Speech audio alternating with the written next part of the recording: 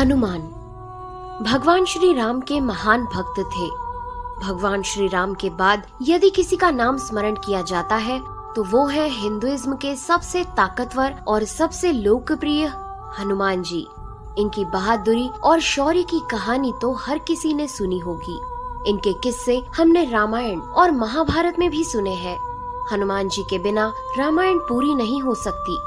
रामायण काल में जन्मे हनुमान सैकड़ों सालों बाद महाभारत काल में भी जिंदा थे।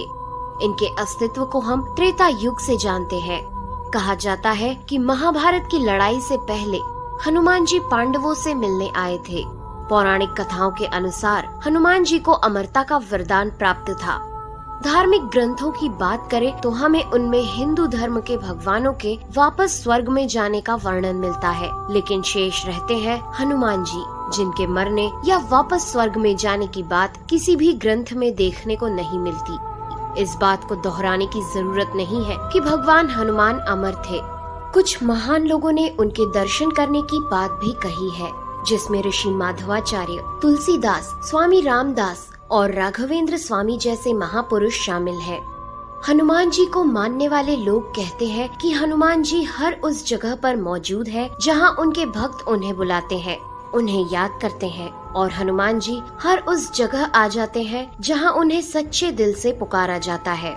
वहीं दुनिया भर में कई ऐसी जगहें हैं जहां ऐसे पैरों के निशान बने हुए हैं जिन्हें देखकर पता चलता है कि कोई ऐसा जीव मौजूद है जो आकार में बेहद विशाल है। दुनिया भर के कई अलग अलग देशों में इस तरह के विशालकाय पैरों के निशान काफी संख्या में पाए गए हैं और वैज्ञानिकों का ये दावा है कि ये निशान किसी ऐसे जीव के हैं जिसका शरीर काफी विशाल रहा होगा।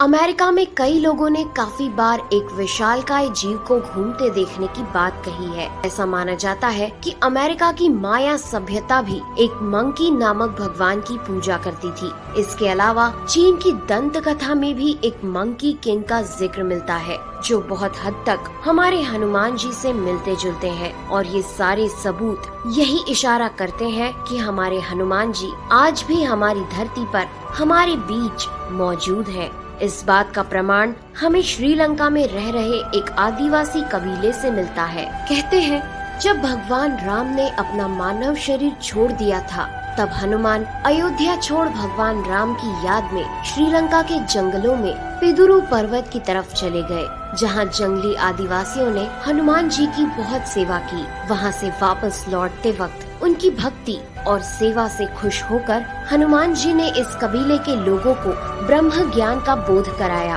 और उन्हें ये वचन दिया कि वे हर 41 साल बाद उनके कबीले के साथ रहने आएंगे और उनकी पीढ़ी को आत्म ज्ञान देंगे। साथ ही हनुमान जी ने उन्हें एक मंत्र भी दिया, काल तंतु कारे चरंती एनर मरिष्णु निर्मुक्तेर कालित्वम अमरिष्णु।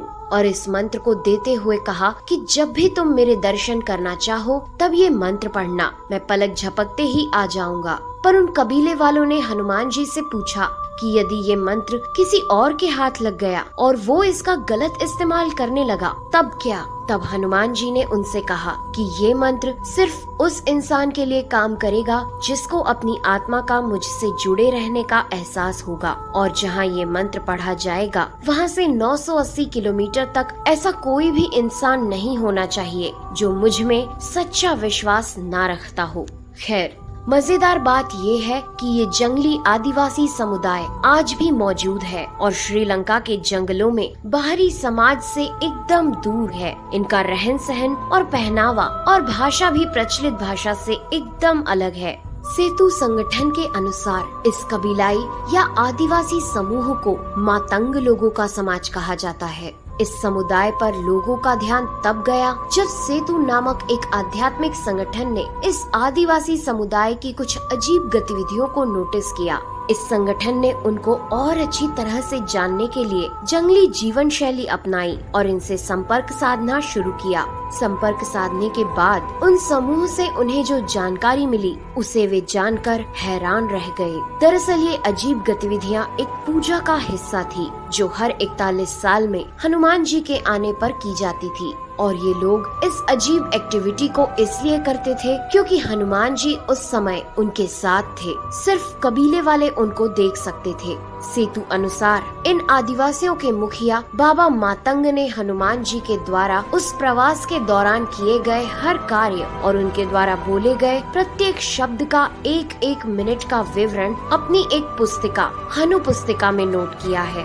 हनु पुस्तिका के अनुसार हनुमान जी 27 मई 2014 में कबीले वालों को आत्मज्ञान देकर वहां से चले गए और इसके बाद अब वे 41 साल बाद यानी कि 2055 में आएंगे। ये पुस्तिका अब सेतु एशिया नाम के एक धार्मिक संगठन के पास है और वो लोग इस पुस्तक को पिदुरु पर्वत की तलहटी में स्थित अपने आश्रम में समझकर इसका आधुनिक भाषाओं में अनुवाद करने में जुटे हुए हैं ताकि हनुमान जी के चिरंजीवी होने के रहस्य को जाना जा सके। लेकिन इन आदिवासियों की भाषा पेचीदा और हनुमान जी की लीलाएं उससे भी पेचीदा होने के कारण इस पुस्तिका को समझने में काफी समय लग रहा है। दोस्तों, आज के एपिसोड में बस इतना ही।